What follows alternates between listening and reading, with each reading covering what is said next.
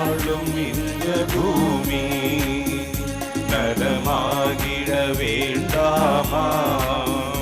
நலிவுற்றவர் வாழ்வினில் நீதி நின்று நிலைத்திட வேண்டாமா? நாம் வாழும் இந்த பூமி நலமாகிட வேண்டாமா?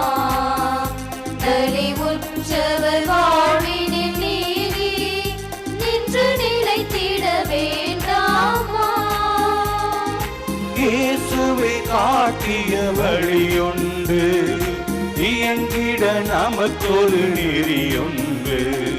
இயேசுவை காட்டிய வழியொன்று இயங்கிட நமக்கொரு நெறியொன்று. எதிர்நோக்குடன் வாருங்கள், கதிர்விளைத்திடும் காணுங்கள். எதிர்நோக்குடன் வாருங்கள், கதிர்விளைத்திடும் காணுங்கள். இறையாட்சியின் மனிதர்களே, மகிமைத்தனின் சீடர்களே, இறை அழைக்கின்றார், அன்பில் இணைக்கின்றார். புது உலகொன்றை படைத்திட வாருங்களே.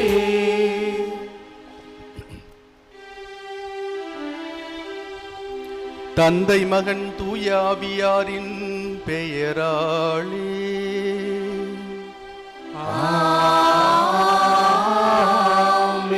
நம் ஆண்டவராகிய இயேசு கிறிஸ்துவின் அருளும் கடவுளின் அன்பும் தூய ஆவியாரின் நட்புறவும் உங்கள் அனைவரோடும் இருப்பதாக. உம் ஆன்மாவோடும் இருப்பதாக.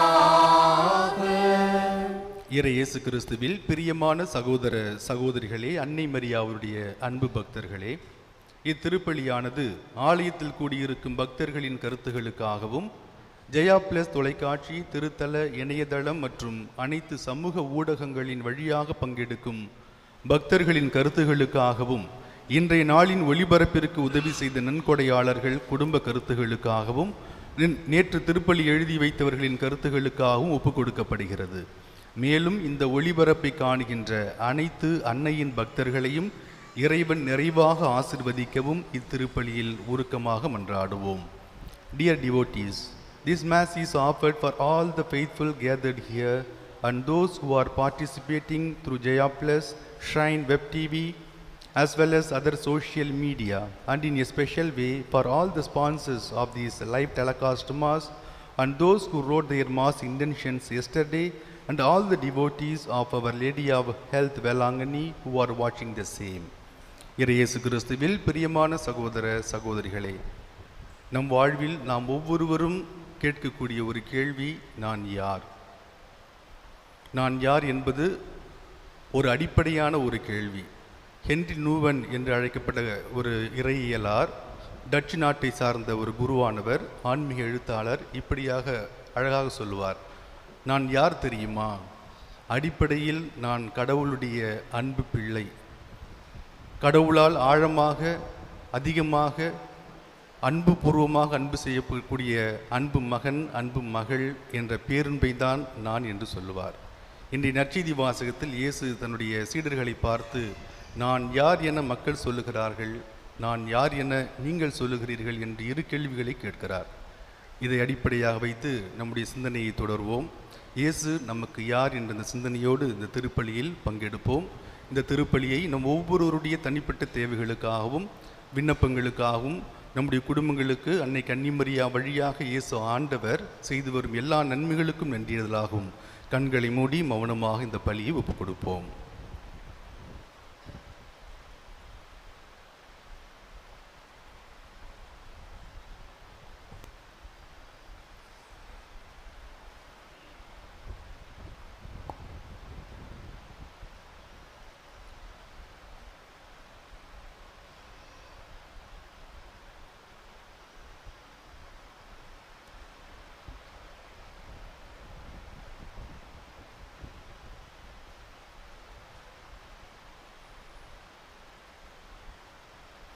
திருப்பலி ஒப்பு கொடுக்க நாம் தகுதி பெறும் பொருட்டு நம்முடைய பாவங்கள், குற்றங்கள், குறைகள், பலவீனங்கள் இவைகளை எல்லாம் நினைத்து பார்த்து மனம் வருந்தி இறைவனிடத்திலே மன்னிப்பு கேட்போம்.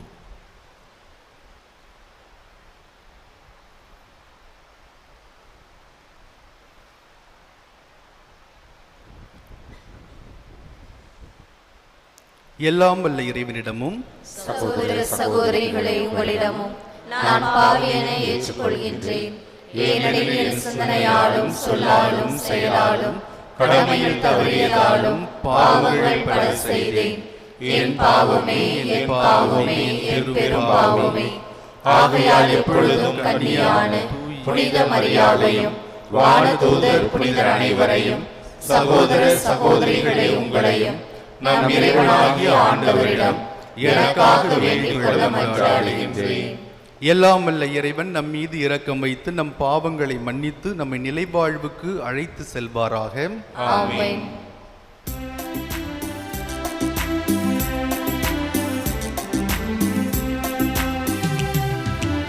ஆண்டவரே இரக்கமாயிரும். ஆண்டவரே இரக்கமாயிரும். கிறிஸ்துவே இரக்கமாயிரும். கிறிஸ்துவே இரக்கமாயிரும். ஆண்டவரே இரக்கமாயிரும். ஆண்டவரே இரக்கமாயிரும்.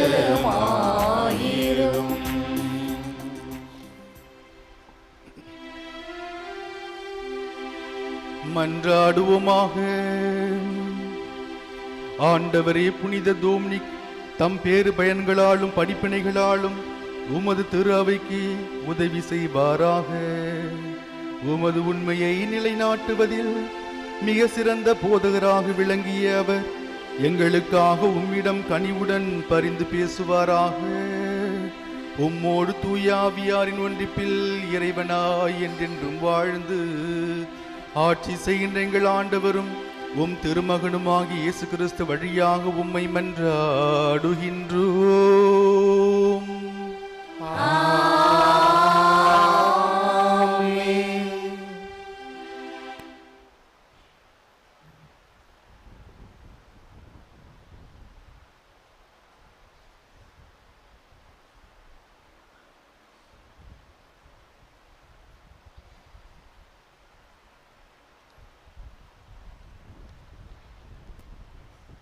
முதல் வாசகம். இறைவாக்கினர் எரேமியா நூலிலிருந்து வாசகம். இதோ நாள்கள் வருகின்றன, அப்பொழுது நான் இஸ்ராயல் வீட்டாரோடும் யூதாவின் வீட்டாரோடும் புதிய உடன்படிக்கை ஒன்றை செய்து கொள்வேன் என்கிறார் ஆண்டவர். அவர்களுடைய மூதாதையரை எகிப்து நாட்டினின்று விடுவிப்பதற்காக அவர்களை நான் கைப்பிடித்து நடத்தி வந்தபொழுது அவர்களோடு செய்து கொண்ட உடன்படிக்கையை போன்று இது இராது. நான் அவர்களின் தலைவராயிருந்தும் என் உடன்படிக்கையை அவர்கள் மீறிவிட்டார்கள் என்கிறார் ஆண்டவர். அந்நாட்களுக்கு பிறகு இஸ்ராயல் வீட்டாரோடு நான் செய்ய இருக்கும் உடன்படிக்கை இதுவே. என் சட்டத்தை அவர்கள் உள்ளத்தில் பதிப்பேன், அதை அவர்களது இதயத்தில் எழுதி வைப்பேன். நான் அவர்களின் கடவுளாயிருப்பேன், அவர்கள் என் மக்களாய் இருப்பார்கள் என்கிறார் ஆண்டவர்.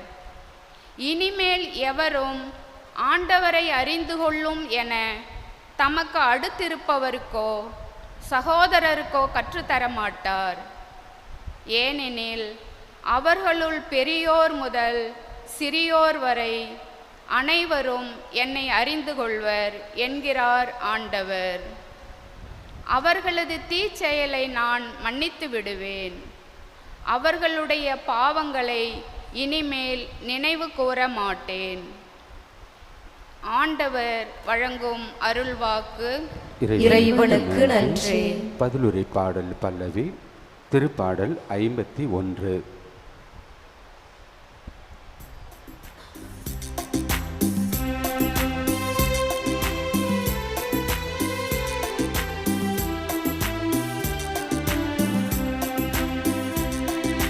கடவுளே தூயதருள்ளத்தை என்னுள்ளே படைத்தருளும். கடவுளே தூயதருள்ளத்தை என்னுள்ளே படைத்தருளும்.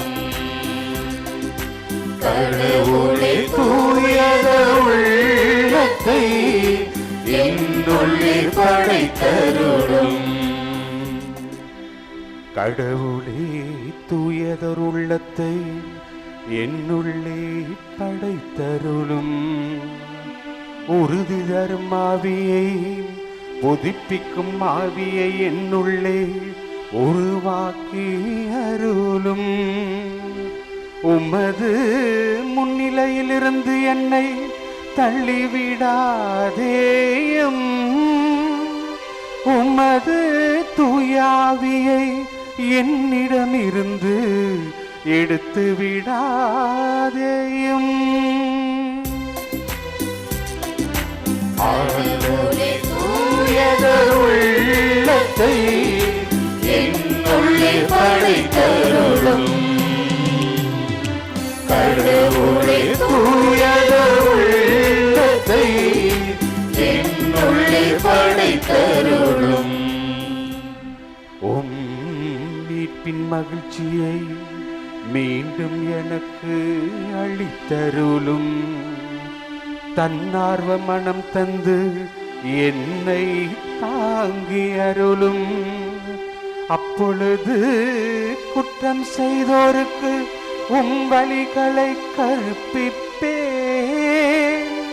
பாவிகள் உம்மை நோக்கி திரும்புவர்.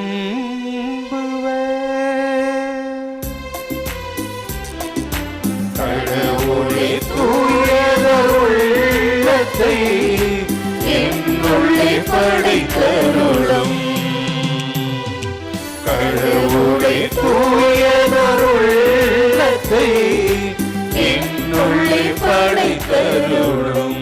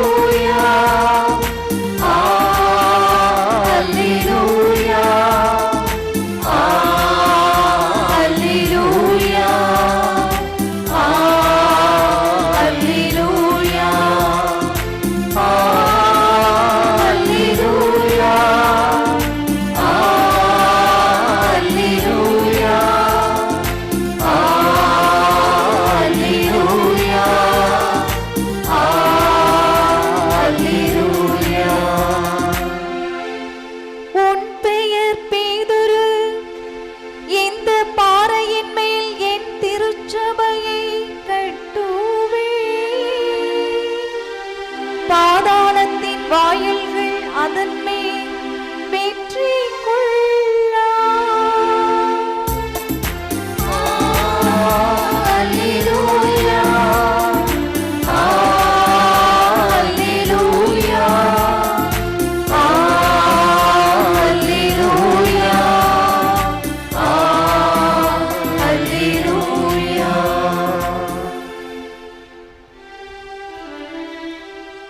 ஆண்டவர் உங்களோடு இருப்பாராக.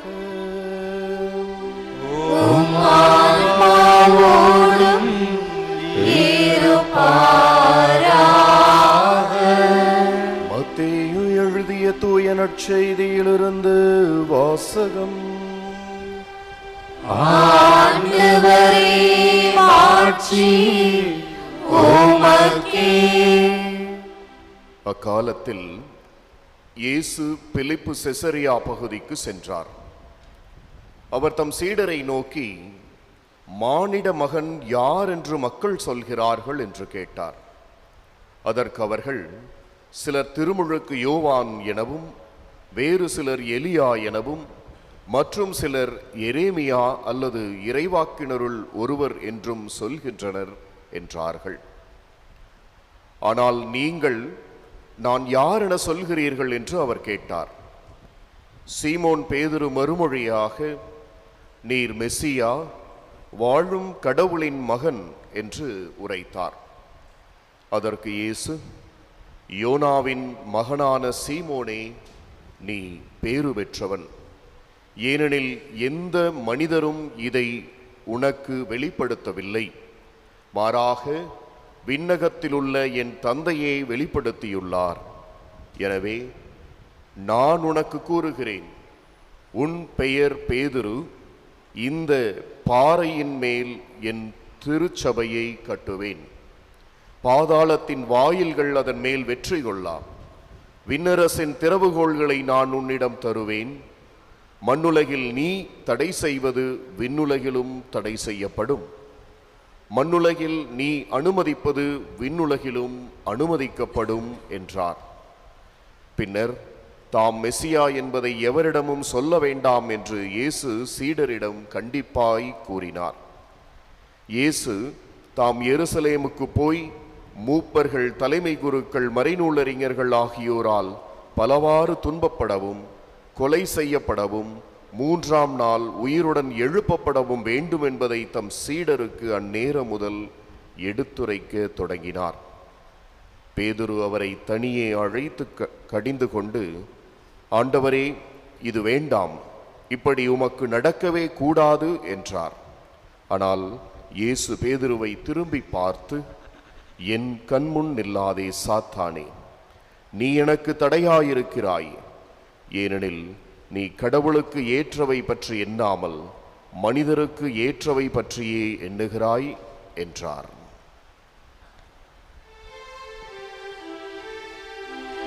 ஆண்டவரின் அருள்வாக்கு. கிறிஸ்துவே உமக்கு புகழ்.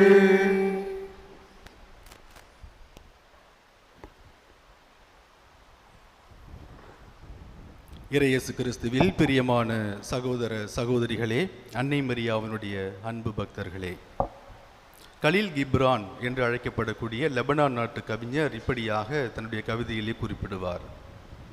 ஒரே ஒரு முறை நான் ஊமையாகி போனேன், என்னை யார் என்று ஒருவன் கேட்டபோது என்று. ஒரே ஒரு முறை நான் ஊமையாகி போனேன், நீ யார் என்று என்னை ஒருவன் கேட்டபொழுது. எல்லாருமே இது தெரிந்து வைத்துக் கொள்ளக்கூடிய அடிப்படையான, நம்மை நாமே கேட்டுக்கொள்ளக்கூடிய அடிப்படையான ஒரு கேள்வி, நான் யார்? நான் யார் என்ற கேள்விக்கு நிறைய பேர் பலவிதமாக பதிலை சொல்லுவார்கள். ஒரு சிலர் சொல்லுவார்கள், தாங்கள் செய்யக்கூடிய பணியை வைத்து, வேலையை வைத்து, ஐ ஆம் எ டாக்டர், ஐ ஆம் அன் இன்ஜினியர் அப்படின்னு சொல்லுவாங்க. அதுதான் நான் என்று கிடையாது. சமயத்தில் வயது மூப்பின் காரணமாக பணி ஓய்வு பெற்றுவிட்டோம் என்றால் சொல்ல முடியாது. அதேபோல் நம்முடைய வேலை எடுக்கப்பட்டு விட்டால், வேலையை விட்டு தூக்கிட்டாங்கன்னா சொல்ல முடியாது. ஆக நம்முடைய பணியோ வேலையோ நான் அல்ல. ஒரு சிலர் சொல்லுவார்கள், நான் என்பது என்னிடம் என்ன இருக்கிறதோ அதை மையமாக வைத்து நான் என்ற அடையாளத்தை சொல்லுவார்கள். உதாரணத்துக்கு எடுத்துக்கிட்டேன்னு வச்சிங்களேன், நிறைய பணம் இருக்குது, காசு பணம் இருக்கிறவங்கள மில்லியனர், பில்லியனர், ட்ரில்லியனர், குரோர்பதி அப்படின்னு சொல்லி கோடீஸ்வரன் அப்படின்னு அழைப்பாங்க. நல்ல அழகாக இருக்கிறவங்கள அழகி அப்படின்னு சொல்லுவாங்க. செல்வம் என்றால் செல்வது, அழகு என்றால் அழிவது. செல்வம் சென்று விட்டால், அழகு அழிந்து போய்விட்டால் நம்ம சொல்ல முடியுமா? நான் என்பது நம்மிடம் இருப்பதில் அல்ல, அது நமக்கு அடையாளமும் கிடையாது. அடுத்ததாக பார்க்குறோம், பிறர் நம்மை அழைப்பதை வைத்து நம்ம என்ன சொல்கிறோம், நான் தான் அது என்று அடையாளப்படுத்திக் கொள்கிறோம். ஒரு சிலர் சொல்லுவாங்க, நம்மள்கிட்ட வேலை பார்க்குறாங்க, முதலாளி உங்களை போல உண்டா அப்படின்னு சொல்லுவாங்க. அலுவலகத்தில் வேலை செய்கின்ற பொழுது, இவன் ஆளினால் அழகு ராஜா அப்படின்னு சொல்லுவாங்க இல்லைங்களா? ஆனால் பின்னாடி முதுகுக்கு பின்னாடி என்ன பேசுவாங்க, கஞ்ச பிஸ்னார், இப்போ இவன் முதலாளியாவன் அப்படிலாம் சொல்லி நம்ம பேசுகின்ற பொழுது நம்முடைய அடையாளமானது அழிந்து போகின்றது. அப்படின்னா நான் என்றால் என்ன, நான் யார்? இயேசு தான் அந்த கேள்வி கேட்கிறார். தன்னுடைய சீடர்களை பார்த்து 2 கேள்விகளை கேட்கிறார். மக்கள் என்னை யார் என்று சொல்லுகிறார்கள், மக்கள் நீங்கள் என்னை யார் என சொல்லுகிறீர்கள். அதுக்கு முன்னாடி எனக்கு நான் யார் அப்படிங்கிறத நம்ம புரிஞ்சு வச்சுக்கணும். எனக்கு நான் யார் என்று புரிந்து வைத்து கொண்டால்தான் இயேசு எனக்கு யார் என்று நம்ம சொல்ல முடியும் இல்லைங்களா? நான் யார், அது மிகப்பெரிய தத்துவத்தை உள்ளடக்கியது. எப்படி நான் யார், நான் எப்படிப்பட்டவன், நான் எங்கிருந்து வந்தேன், நான் என்ன செய்து கொண்டிருக்கிறேன், நான் எங்கு செல்ல போகிறேன், இதை உணர்ந்தோம் அப்படின்னு வச்சுங்களேன், நம்முடைய வாழ்வு ஒரு அற்புதமான வாழ்வாக இருக்கும். இதையே இன்னும் கொஞ்சம் விரிவுபடுத்தி பார்த்தோமே என்றால், நான் யார், என்னுடைய குடும்பத்திற்கு நான் யார், என்னுடைய சமூகத்திற்கு நான் எப்படிப்பட்டவனாக இருக்கிறேன், என்னை சுற்றி இருப்பவர்களுக்கு நண்பர்களுக்கு நான் யாராக இருக்கிறேன் அப்படின்னு இந்த கேள்வி இன்னும் விரிவுபடுத்தி கொண்டே போகலாம். ஆக நான் யார் என்பது நம்முடைய அடையாளம். அந்த அடையாளம் என்பது சுய தேடலுக்கான அடையாளமாக மட்டுமல்ல, எனக்கும் பிறருக்கும் எப்படிப்பட்ட அந்த உறவை வழங்குகிறது என்று அறியக்கூடிய அடையாளமாகவும் இருக்கிறது இல்லைங்களா? இன்றைய நற்செய்தி வாசகத்தில் ஆண்டவராக இயேசு தன்னுடைய சீடர்களை பார்த்து கேள்வி கேட்கிறார். எதற்காக? தன்னுடைய அடையாளத்தை தான் தெரிந்து கொள்ள வேண்டும் என்பதற்காக அல்ல, தன்னுடைய அடையாளத்தை, நான் யார் என்ற அந்த அடையாளத்தை பிறர் எப்படி அறிந்து கொண்டிருக்கிறார்கள் என்று அறிந்து கொள்ள வேண்டும் என்று அந்த கேள்வியை கேட்கிறார். நான் யார் என்று மக்கள் சொல்லுகிறார்கள். முதல் கேள்விக்கு ஈஸியாக சொல்லிடலாம். அடுத்தவங்க என்ன பேசுகிறாங்கன்னு நமக்கு தான் நல்லா தெரியுமே, ஈஸியாக அடுத்தவங்க என்னென்ன சொல்லலாம் அப்படின்னு சொல்லிடலாம். வழக்கமாக இயேசு யார் என்று நம்மை கேட்டோம்னா, மறைக்கல்வி வகுப்பில் என்ன படித்தோம், பிரசங்கத்தில் சாமியார் என்ன சொல்கிறாரு, பைபிளில் என்ன வாசித்தோம், விளக்க உரைகள் என்ன சொல்லுகிறது, இதெல்லாம் வச்சு நான் சொல்லிடலாம். இயேசு யார் என்ற கேள்விக்கு நம்ம விடையளிக்க முடியும். சீடர்களும் அப்படிதான். என்னை பற்றி மக்கள் யார் என்ன சொல்லுகிறார்கள் என்று கேட்டவுடன் டக்கு டக்குன்னு ஒவ்வொருத்தராக ஏஞ்சி சொல்கிறார். ஒருத்தர் சொல்கிறார் திருமுழுக்கு யோவான்னு சொல்கிறாரு, இன்னொருத்தர் எலியா இறைவாக்கினர் என்று சொல்லுகிறார், இன்னொருத்தர் ஏந்திரிச்சு சொல்கிறார் எரேமியா இறைவாக்கினர், இன்னொருத்தர் ஏந்திரிச்சு சொல்கிறார் இறைவாக்கினர் ஒருவர் என்று மக்கள் அழைக்கிறார்கள் அப்படின்னு சொல்லிட்டு இதை கொஞ்சம் நம்ம சிந்திச்சு பார்க்கணும். என்ன சொல்கிறாங்க? முதல்ல திருமுழுக்கு யோவான் என்று அழைக்கிறார்கள். இயேசுவின் காலத்தில் வாழ்ந்த சமகாலத்தவர் திருமுழுக்கு யோவான். அன்றைய காலகட்டத்தில் இயேசு இருந்தபொழுது ஒரு சில மக்களுக்கு சந்தேகம் கூட வருது, திருமுழுக்கு யோவான் தான் உண்மையிலேயே மெசியாவாக இருப்பார் என்ற அந்த சந்தேகம். அந்த அளவிற்கு அவனுடைய போதனை ஆளுமை நிறைந்ததாக இருக்கிறது. உதாரணத்துக்கு எடுத்துட்டேன்னு வச்சிங்களேன், இயேசு என்ன சொல்கிறாரு, மனம் மாறுங்கள் விண்ணரசு நெருங்கி வந்து விட்டது அப்படின்னு ரொம்ப சாஃப்டாக சொல்கிறாரு. ஆனால் திருமுழுக்கு யோவான் அப்படி கிடையாது. மனம் மாறுங்கள் தண்டனை தீர்ப்பு நெருங்கி வந்து விட்டது அப்படின்னு சொல்லி அவருடைய போதனை ரொம்ப ஆளுமை மிகுந்ததாக, மக்களுடைய அப்படியே டு த பாயிண்ட் அப்படி இருக்குது இல்லைங்களா? அதனால தான் மக்கள் நினைத்தார்கள் திருமுழுக்கு யோவான் மெசியாவாக இருப்பாரோ அப்படின்னு நினைச்சாங்க. ஆனால் அவர் ஏரோது அரசனால் தலை வெட்டப்பட்டு கொல்லப்பட்டார் இல்லைங்களா? அதனால ஒரு சில பரிசேயர்கள் நினைத்தார்கள், உயிர்த்தெழுதலில் நம்பிக்கை உள்ள அந்த பரிசேயர்கள் அந்த திருமுழுக்கு யோவான் மீண்டும் வருவார் அப்படின்னு நினைச்சாங்க. அதனால தான் சீடர்கள் சொல்லுகிறார்கள், திருமுழுக்கு யோவான் மீண்டும் உயிருடன் வந்துவிட்டார் என்று மக்கள் உம்மை நினைக்கிறார்கள் என்று இயேசுவை பார்த்து சொல்லுகிறார்கள்.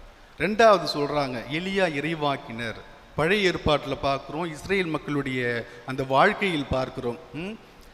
எலியா இறைவாக்கினர் மிகப்பெரிய ஒரு ஆளுமையாக இருக்கிறார், கடவுளுடைய வல்லமை பெற்றவராக இருக்கிறார். வானத்தில் மழை பொழியக்கூடாதுன்னா பொழியல, நெருப்பு வரணும்னா வருது, அந்த அளவுக்கு வருகிறது. அந்த அளவிற்கு கடவுளுடைய அன்பை பெற்றவராக இருக்கிறார். கடவுள் உண்மை கடவுள் யாவை இறைவன் மட்டும்தான் என்று போதித்தார். அதனால்தான் நெருப்பு குதிரைகள் பூட்டப்பட்ட அந்த தேரில் அவர் உயிரோடு எடுத்துக்கொள்ளப்பட்ட அவர் மீண்டும் வருவார் என்று மலாக்கி 3:1 மலாக்கி 4:5 இறைவாக்கு, அந்த இறைவாக்கு நிறைவேறும். மீண்டும் வருவார், மெசியாவிற்கு முன்பாக வருவார், மெசியாவை அருள் பொழிவு எலியா இறைவாக்கினர் செய்வார் அப்படிங்கிற ஒரு நம்பிக்கை இருந்தது. அதனால தான் இயேசு இப்படி பார்த்தாங்க, எலியா இறைவாக்கினராக பார்த்தார்கள். அதான் சீடர்கள் சொல்கிறார்கள், எலியா இறைவாக்கினராக உம்மை பார்க்கிறார்கள். மூன்றாவதாக பார்க்கிறோம், எரேமியா இறைவாக்கினராக உம்மை பார்க்கிறார்கள் அப்படின்னு சொல்றாங்க.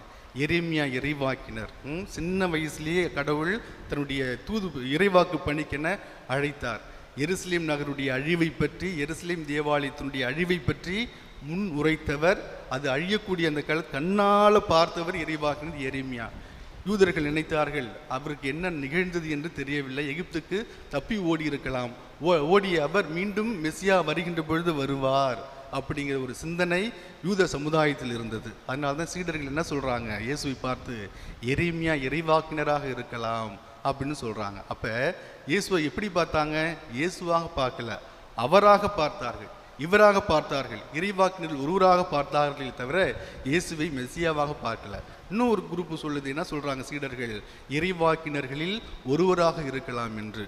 கடந்த வாரத்தில் நம்ம நற்செய்தி வாசகத்தில் வாசிக்கிட்டோம். ஞாயிற்றுக்கிழமையில் ஆண்டவராக இயேசு 5 அப்பங்கள் 2 மீன்களை கொண்டு 5000 பேருக்கு பகிர்ந்து கொடுக்கிறார். அந்த அருங்குறியை கண்ட மக்கள் யோவான் எழுதிய நற்செய்தி 6:14 சொல்லுவாங்க, பார்த்தவுடன் உண்மையிலேயே வரவேண்டிய இறைவாக்கினர் இவர்தான் அப்படின்னு இயேசுவை பார்த்து சொல்லுவார்கள். அந்த அளவிற்கு இயேசுவுடைய அற்புதங்கள் அவர் இறைவாக்கினராகத்தான் அவர்களை குறித்து காட்டியது. அப்ப மக்களுடைய பார்வையில் இயேசு என்பவர் யார்? இறைவாக்கினர்களுடைய நீட்சியாக இருக்கிறது, இறைவாக்கினர்களுடைய தொடர்ச்சியாக இருக்கிறது. யாரோ ஒரு இறைவாக்கினரில் இயேசுவை அடையாளம் கண்டு கொண்டார்கள். எலியாவாக பார்த்தார்கள், திருமுழுக்கு யோவானாகத்தான் பார்த்தார்கள் இல்லையா? இப்போ லேட்டஸ்டாக இப்போ சொல்கிறேன்னு வச்சிங்களேன், இப்போலாம் படம் எடுக்கிறாங்க. என்ன படம் எடுக்கிறாங்க? பார்ட் 2ன்னு எடுக்கிறாங்க, இல்லாட்டி 2.0 அப்படின்னு எடுக்கிறாங்க. இயேசுவை பற்றி சொல்ல வேண்டுமென்றால் மக்களுடைய சிந்தனை எப்படி இருந்தது? திருமுழுக்கு யோவான் பார்ட் 2, எலியா பார்ட் 2, எரேமியா பார்ட் 2, இப்படி தான் அவங்க நினச்சிக்கிட்டு இருந்திருப்பாங்க. ஆனால் இயேசு தன்னுடைய சீடர்களை பார்த்து கேட்கிறார், நீங்கள் என்னை யார் என சொல்லுகிறீர்கள்? இயேசுவை பற்றி மக்கள் என்ன சொல்லுகிறார்கள் என்பதற்கு என்ன சொன்னாங்கன்னு சொல்லிட்டு போயிடலாம். ஆனால் இயேசுவை பற்றி நாம் என்ன நினைக்கிறோம், இயேசுவை பற்றி நாம் என்ன, அவர் எனக்கு எப்படியாக இருக்கிறார் என்பதற்கு அனுபவம் தேவை இல்லைங்களா? இயேசுவோடு அந்த இறை அனுபவம் இருந்தால் மட்டும்தான், இயேசுவோடு நமக்கு அந்த உறவு இருந்தால் மட்டும்தான், இயேசுவை நம்ம நன்றாக புரிந்து கொண்டிருந்தால் மட்டும்தான் இயேசு எனக்கு யார் என்று பதில் சொல்ல முடியும். பேதுரு ரொம்ப அழகாக சொல்கிறார். என்ன சொல்கிறார்? ஆண்டவரே, நீர் இறைவாக்கினர்கள் தொடர்ச்சியோ இறைவாக்கினர்கள் ஒருவரோ அல்ல, நீர் வாழ்வு தரும் கடவுளின் ஒரே பேரான மகன், வாழ்வு தரும் கடவுளுடைய ஒரே பேரான மகன், மெசியா, என்னுடைய மீட்பர் என்று அந்த நம்பிக்கையை அறிக்கையாக வெளியிடுகிறார் இல்லைங்களா? அந்த அளவிற்கு இயேசுவை பற்றி புனித பேதுரு மிகவும் ஆழமாக அறிந்து வைத்திருந்தார். அப்படிப்பட்ட அந்த அறிதல், அந்த புரிதல் நமக்கு இருந்தால் மட்டும்தான் நம்ம என்ன செய்ய முடியும்? இயேசு யார் என்று நம்மால் சொல்ல முடியும். இயேசு எனக்கு யார் என்று நம்மால் சொல்ல முடியும். எந்த முறையில் நாம் இயேசுவை அணுகிறோமோ, எந்த முறையில் நம்ம கடவுளை பார்க்கிறோமோ, அந்த முறையில் தான் இயேசு நமக்கு எப்படிப்பட்டவர் என்று சொல்ல முடியும். ஒரு சில உதாரணங்கள். நான் பிரதராக இருக்கும்போது பெங்களூரில் ஓவிய போட்டி வைத்தோம். அதனுடைய தலைப்பு இயேசு எனக்கு யார் அப்படிங்கிறதான் தலைப்பு. எல்லாம் வரைஞ்சி வச்சுருந்தாங்க. ஒரு குழந்தை வந்து அழகாக வரைஞ்சி வச்சுருந்துச்சு. பெருசாக ஒரு உருவம், சின்னதாக ஒரு உருவம் இருந்துச்சு.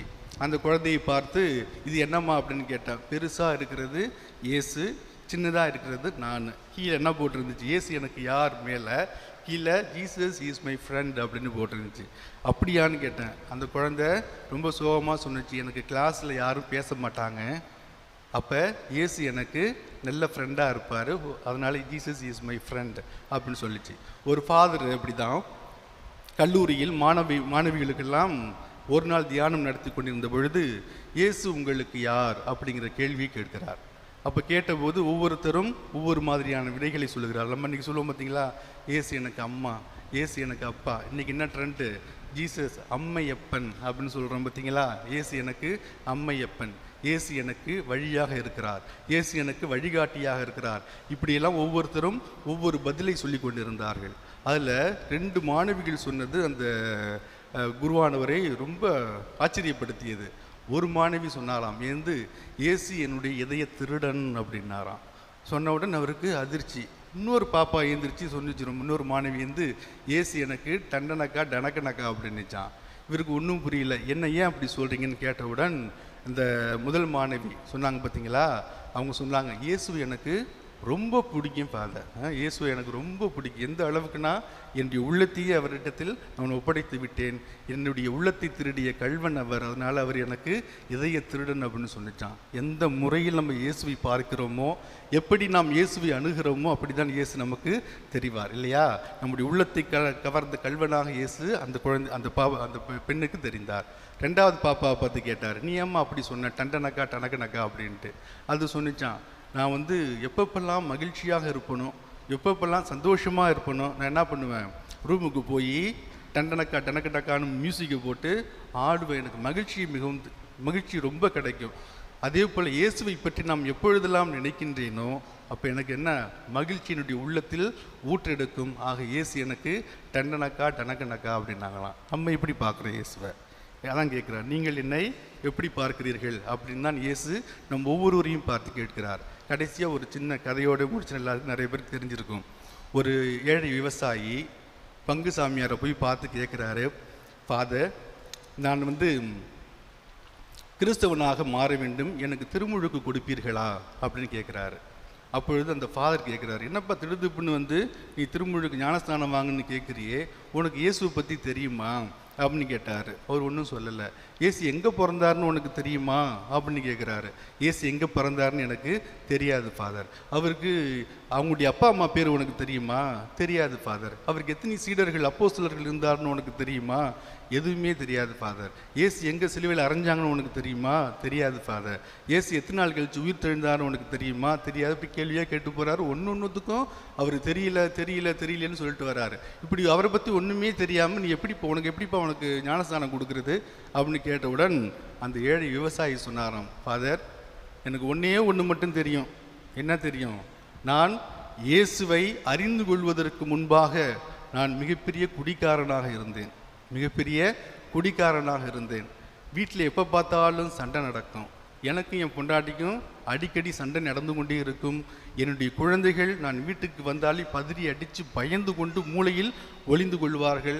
எங்கள் வீட்டில் எப்போ பார்த்தாலும் கடங்காரங்க வந்து போயிட்டே இருப்பாங்க. நான் எப்பொழுது இயேசுவை அறிந்து கொண்டேனோ, இயேசுவை புரிந்து கொண்டேனோ, இயேசுவினுடைய சீடராக மாற விரும்பினேனோ, அப்பொழுதிலிருந்து நான் என்னுடைய குடிப்பழக்கத்தை விட்டுவிட்டேன். வேலைக்கு போகிறேன், கடனை அடைச்சிக்கிட்டு இருக்கிறேன். என்னுடைய மனைவி எப்பொழுது தன்னுடைய கணவர் வருவார் என்று ஆவலோடு காத்து கொண்டு இருக்கிறார். அதேபோன்று பிள்ளைகள் நான் வீட்டிற்கு வந்தவுடன் என்னை கட்டி தழுவி அப்பா என்று முத்தம் கொடுக்கிறார்கள். நான் இயேசுவை அறிந்து கொண்ட பிறகு இதையெல்லாம் பெற்றேன் அப்படின்னு சொன்னாலாம். இல்லைங்களா? நம்ம என்ன சொல்ல போகிறோம்? இயேசுவை அறிந்து கொண்டு திருமுழுக்கு பெற்ற கிறிஸ்தவர்களாக நம்ம இருக்கிற நமக்கு இயேசு எப்படிப்பட்டவராக இருக்கிறார்? அப்படிப்பட்ட இயேசுவை நம்ம சொல்ல வேண்டும் என்றால் அந்த அனுபவம் நமக்கு தேவை. இயேசு என்ன பண்ணுறாரு? தனிமையான இடங்களுக்கு சென்றார். எதற்காக? இறை அனுபவத்தை பெறணும், அப்பா அனுபவத்தை பெறணும். அப்பொழுதுதான் அப்பாவை பற்றி, இறை தந்தையை பற்றி அவரால் சொல்ல முடிந்தது. நம்ம இயேசுவை பற்றி என்ன சொல்ல போகிறோம்? பேதுருவுன்னு சொன்னார் பார்த்தீங்களா, நீர் மெசியா, வாழும் கடவுளின் மகன் என்று இயேசுவை அறிந்து கொண்டதால், புரிந்து கொண்டதால் அறிக்கையிட்டார். நம்ம என்ன செய்ய போகிறோம்? நம்ம எப்படி இயேசுவை அறிக்கையிட போகிறோம்? இந்த கேள்விக்கு என்ன பதில் சொல்ல போகிறோம் என்று இந்த திருப்பலியில் தொடர்ந்து தியானிப்போம். ஆமென்.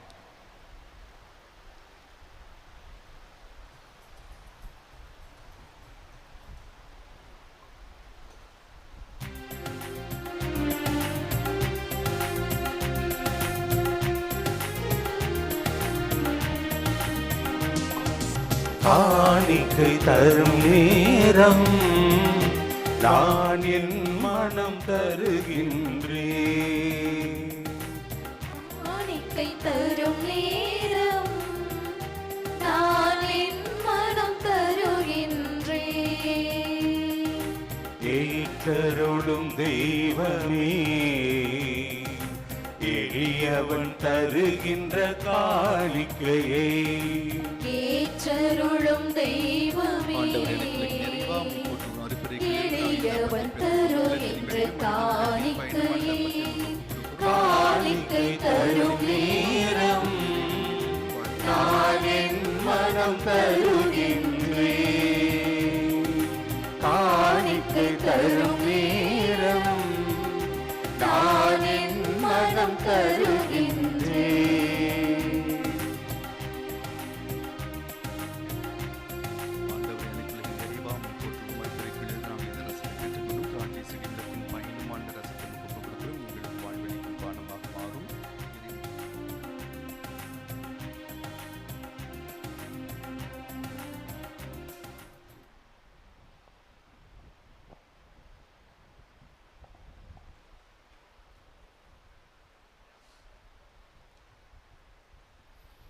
அன்புமிக்க சகோதர சகோதரிகளே, என்னுடையதும் உங்களுடையதுமான இப்பலி எல்லாம் வல்ல தந்தையாக இறைவனுக்கு ஏற்றதாகும்படி மன்றாடுங்கள்.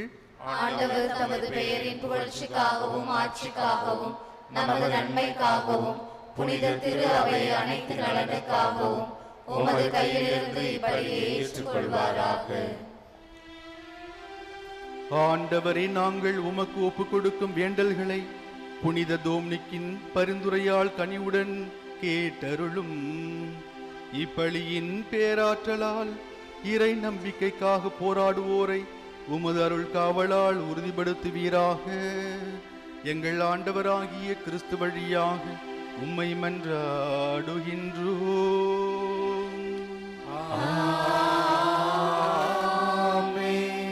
ஆண்டவர் உங்களோடு இருப்பாராக.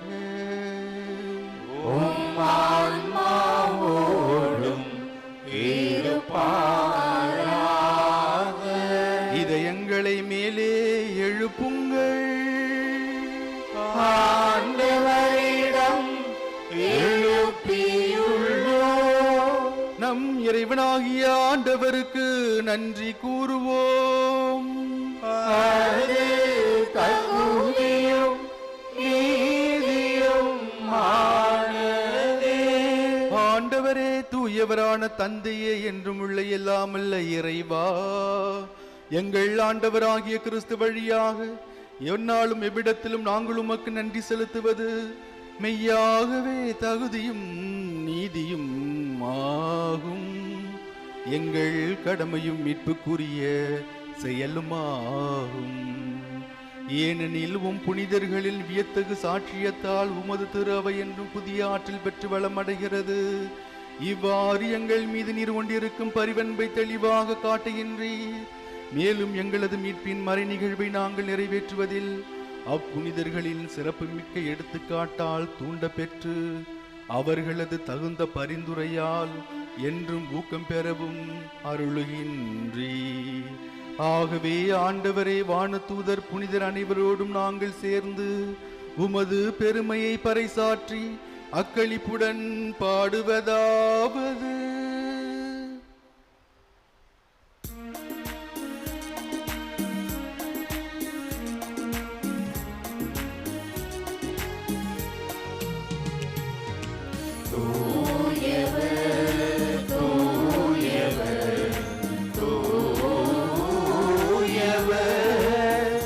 வான்படைகளின் கடவுளமாண்டவர், விண்ணகமும் மன்னகமும் உமது மாட்சியால் நிறைந்துள்ளன. உன்னதங்களிலே ஓசன்னா, உன்னதங்களிலே ஓசன்னா. ஆண்டவர் வருகிறவர் ஆசி பெற்றவர். உன்னதங்களிலே ஓசன்னா, உன்னதங்களிலே ஓசன்னா.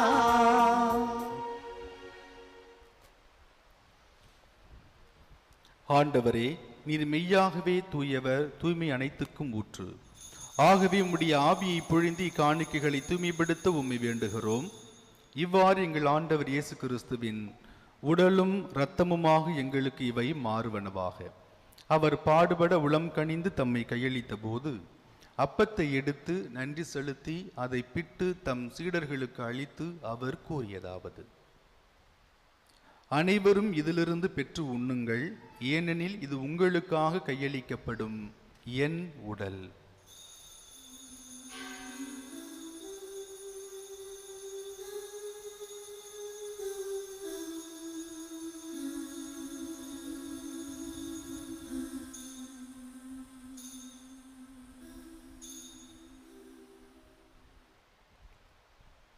அவ்வண்ணமே இரவு விருந்தை அருந்திய பின் கிண்ணத்தையும் எடுத்து மீண்டும் உமக்கு நன்றி கூறி தம் சீடர்களுக்கு அளித்து அவர் கூறியதாவது: அனைவரும் இதிலிருந்து பெற்று பருகுங்கள், ஏனெனில் இது புதிய நிலையான உடன்படிக்கைக்கு உரிய என் இரத்தத்தின் கிண்ணம்.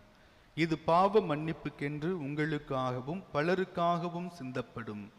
இதை என் நினைவாக செய்யுங்கள்.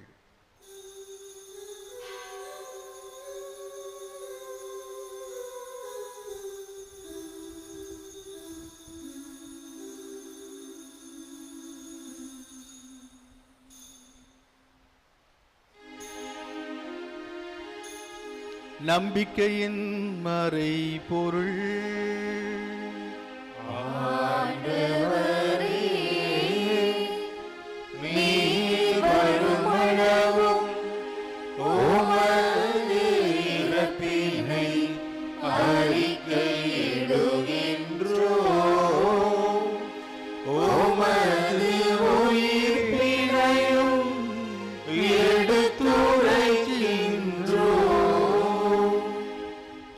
ஆகவே ஆண்டவரே, நாங்கள் கிறிஸ்துவின் இறப்பினையும் உயிர்ப்பினையும் நினைவு கூர்ந்து வாழ்வுதரும் அப்பத்தையும் மீட்பளிக்கும் கிண்ணத்தையும் உமக்கு ஒப்புக் கொடுக்கின்றோம்.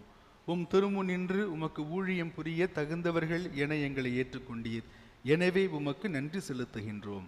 மேலும் கிறிஸ்துவின் உடலிலும் இரத்தத்திலும் பங்கு கொள்ளும் எங்களை தூய ஆவியார் ஒன்று சேர்க்க வேண்டும் என உம்மை தாழ்மையுடன் மன்றாடுகின்றோம். ஆண்டவரே, உலகெங்கும் பரவி இருக்கும் அது திரு அவையை நினைவு கூர்ந்தருளும்.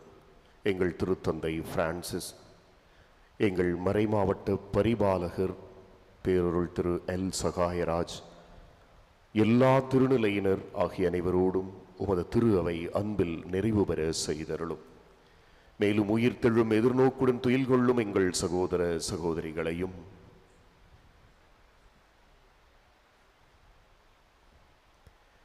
இறந்தோர் அனைவரையும் இரக்கத்துடன் நினைவு கூர்ந்து உமது திருமுக ஒளியின் உள்ளேற்றருளும். எங்கள் அனைவர் மீது இரக்கமாயிரும். கடவுளின் கன்னித்தாயான புனித மரியா, அவருடைய கணவரான புனித யோசேப்பு, புனித திருத்தூதர்கள், இவ்வுலகில் உமக்கு உகந்தவராயிருந்தோர், குறிப்பாக இன்று நாங்கள் நினைவு கூர்கின்ற புனித டோம்னிக் மற்றும் புனிதர் அனைவருடனும் நாங்கள் நிலை வாழ்வில் பங்கு கொள்ளும் தகுதி பெற்று திருமகன் இயேசு கிறிஸ்து வழியாக உம்மை புகழ்ந்தேத்தும் வரமருள உம்மை மன்றாடுகின்றோம்.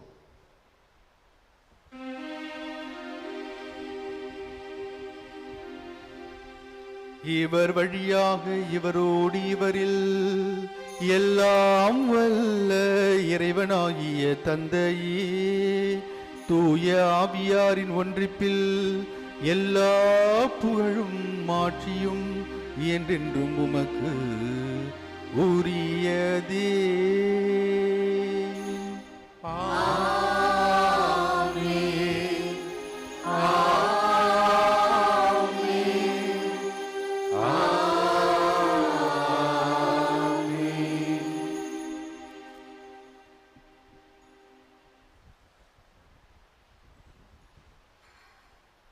மீட்பரின் கட்டளையால் கற்பிக்கப்பட்டு இறைபடிப்பினையால் பயிற்சி பெற்ற நாம் துணிந்து பாடுவோம்.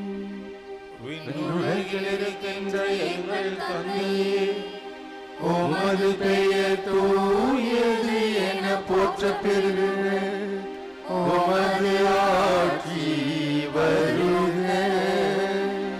உமது திருவுளம் விண்ணுலகில் நிறைவேறுவது போல மண்ணுலகிலும் நிறைவேறுக.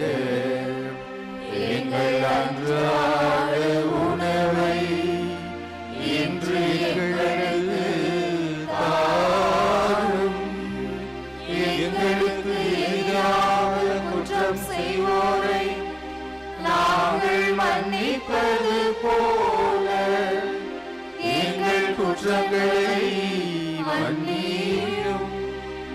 எங்களை சோதனைக்கு உட்படுத்தாதேயும், தீமையிலிருந்து எங்களை விடுவித்தருளும். ஆண்டவரை, தீமை அனைத்திலிருந்தும் எங்களை விடுவித்து எங்கள் வாழ்நாளில் அமைதியை கனிவுடன் அருள உம்மை மன்றாடுகின்றோம். உமது இரக்கத்தின் உதவியால் நாங்கள் பாவத்திலிருந்து எப்போதும் விடுதலை பெற்று யாதொரு கலக்கமும் இன்றி நலமாயிருப்போமாக. நாங்கள் எதிர்நோக்கி இருக்கும் பேரின்பத்துக்காகவும் எம் மீட்பராக இயேசு கிறிஸ்துவின் வருகைக்காகவும் காத்திருக்கின்றோம்.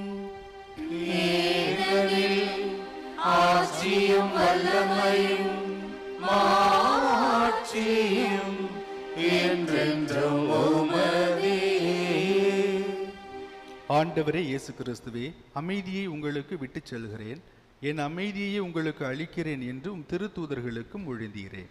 எங்கள் பாவங்களை பாராமல் உமது திரு அவையின் நம்பிக்கையை கண்ணோக்கி உமது திருவுளத்துக்கு ஏற்ப அதற்கு அமைதியையும் ஒற்றுமையையும் அளித்தருள்வீராக. என்றென்றும் வாழ்ந்து ஆட்சி செய்கின்றவர் நீரே. ஆண்டவருடைய அமைதி உங்களோடு என்றும் இருப்பதாக.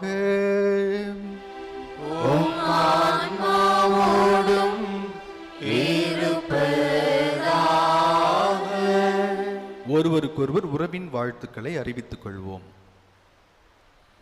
உலகின் பாவங்களை போக்கும் இறைவனின் செம்மறியே, எங்கள் மேல் இரக்கமாயிரும். உலகின் பாவங்களை போக்கும் இறைவனின் செம்மறியே, எங்கள் மேல் இரக்கமாயிரும். உலகின் பாவங்களை போக்கும் இறைவனின் செம்மறியே, எங்களுக்கு அமைதியை அளித்தருளும்.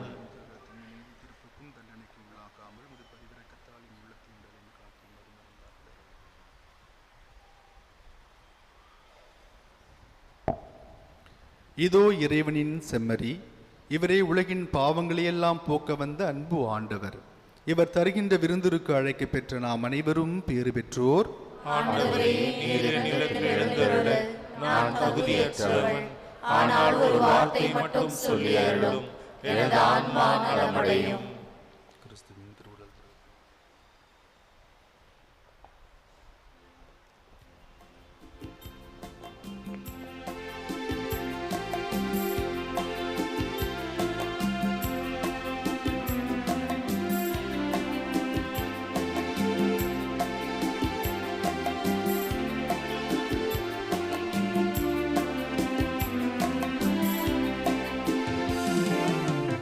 சுவாச காற்றே, என் வாழ்வின் ஊற்றே, இறைவா என் உள்ளம் வருவா.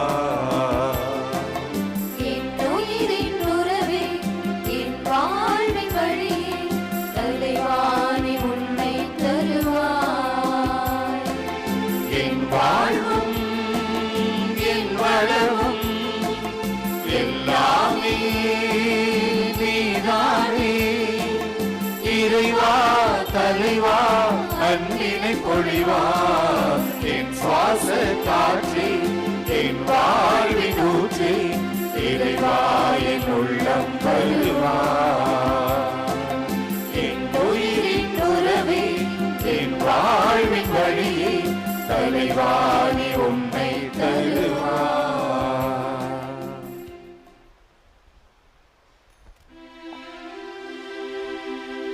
நன்றி கூறி மன்றாடுவோமாக. ஆண்டவரே, புனித டோம்னிக்கின் நினைவு கொண்டாட்டத்தில் நாங்கள் விருந்துண்ட விண்ணக அடையாளத்தின் ஆற்றலை உமது திரு அவை முழுமையான இறைப்பற்றுடன் உணர்வதாக. அவரது போதனையால் திரு அவை வளமையுற்றது போல அவரது பரிந்துரையால் அது உதவி பெறுவதாக. எங்கள் ஆண்டவராகிய கிறிஸ்து வழியாக உம்மை மன்றாடுகின்றோம். ஆண்டவர் உங்களோடு இருப்பாராக. உம் ஆன்மாவோடும் இருப்பாராக. புனித ஆரோக்கிய அன்னையின் ஆசீர் பெற அனைவரும் தலைவணங்கி மன்றாடுவோம். ஆற்றலும் அன்பும் மிக்க இயேசுவை கையில் ஏந்தி காலமெல்லாம் கடலோரம் காத்திருக்கும் புனித ஆரோக்கிய அன்னையே, இப்பேராலயத்தில் கூடியிருக்கும் பக்தர்கள் மற்றும் இணையதளம் சமூக ஊடகங்கள் வழியாக பங்கேற்கும் அனைவரையும் ஆசிர்வதியும். இவர்களின் மனம் சோர்ந்து போகும்போது பால்கார பாலகனின் பால் குடத்தை பொங்க செய்தது போல இவர்களின் மனங்களையும் மகிழ்ச்சியால் பொங்கவையும். இவர்கள் தோல்வியால் துவண்டு போகும்போது நடக்க இயலாத சிறுவனை நடக்க வைத்தது போல இவர்களையும் எழுந்து நடக்க வையும். இவர்கள் துன்பக் கடலில் தத்தளித்து தடுமாறும் போது போர்ச்சுகீசிய மாலுமிகளை கரை சேர்த்தது போல இவர்களையும் கரை சேர்த்திரளும். வரங்கள் பெற்றுத்தரும் புனித ஆரோக்கிய அன்னையின் ஆசீர் உங்களோடு என்றும் தங்குவதாக. May Jesus touch you and heal you through the loving hands of his dear mother, Our Lady of Belangani.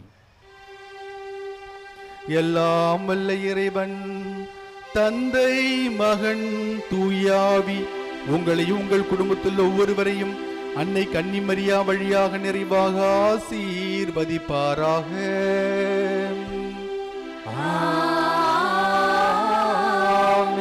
கிறிஸ்துவின் அன்பிலும் சமாதானத்திலும் வாழ சென்று வாருங்கள். திருப்பலி நிறைவு பெற்றது.